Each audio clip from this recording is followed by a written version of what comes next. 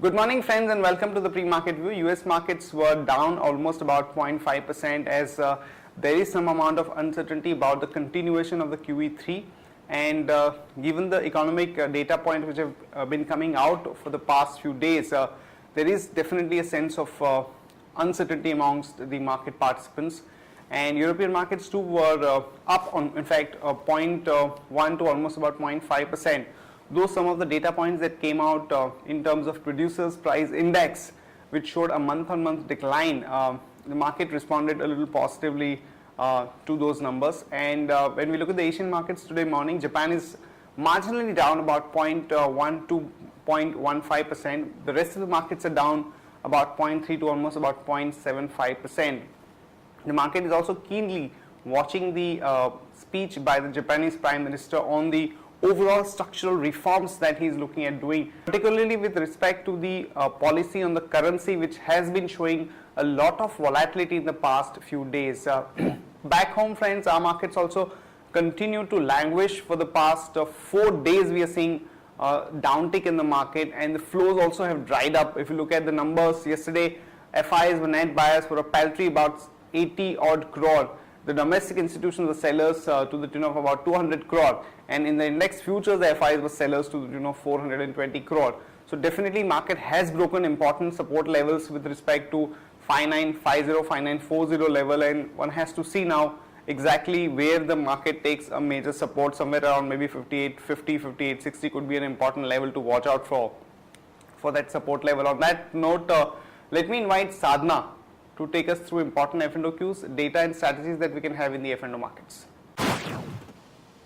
Good morning friends, let's have a view on derivatives.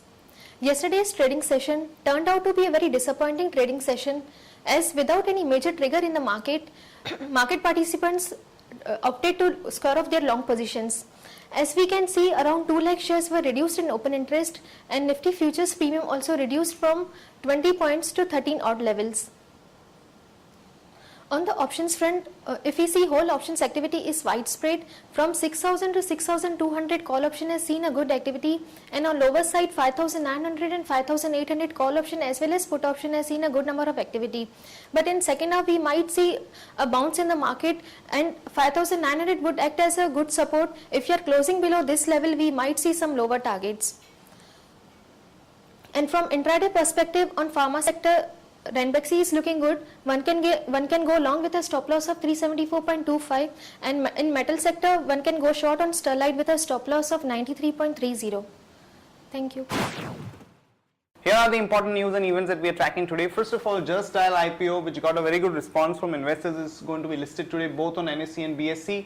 The issue price was about 530 rupees per share, and for the retail investors, the company had given a discount, and for retail investors the price works out to about 483 rupees per share.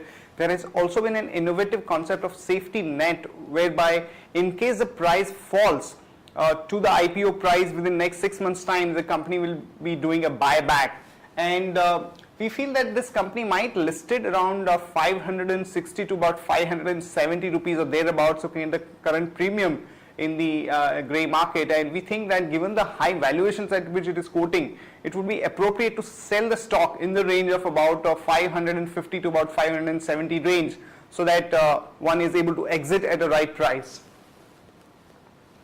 Also, the cabinet has importantly cleared the real estate regulator bill, which is very important, and this basically puts some kind of restrictions on the builders doing misleading advertisements relating to the project, and also all the builders who are looking at putting up schemes in excess of about 4,000 square meters will have to get a prior approval from this regulator.